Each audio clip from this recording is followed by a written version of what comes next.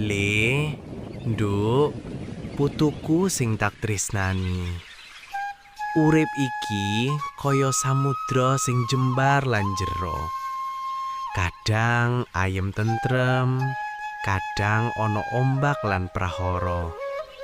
Yen kuwe arep slamet lan sukses ngliwati, ana sawetara piwulang sing kudu kok eling lan kok lakoni. Sepisan, cedhak marang Gusti Allah. Aja lali sembayang lan ndonga. Yen atimu cedhak karo Gusti, uripmu bakal luwih tentrem lan ana pepadang ing saben langkahmu. Kaping pindho, jujur lan tanggung jawab. Wong jujur kuwi dipercaya, lan wong sing tanggung jawab bakal diajeni. Kejujuran kuwi dasar supaya uripmu ora gampang goyah. Kaping telu, temen lan sregep nyambut gawe. Ojo kesel lan ojo gampang nyerah. Sukses ora teka dhewe, nanging amarga usaha lan ketekunan.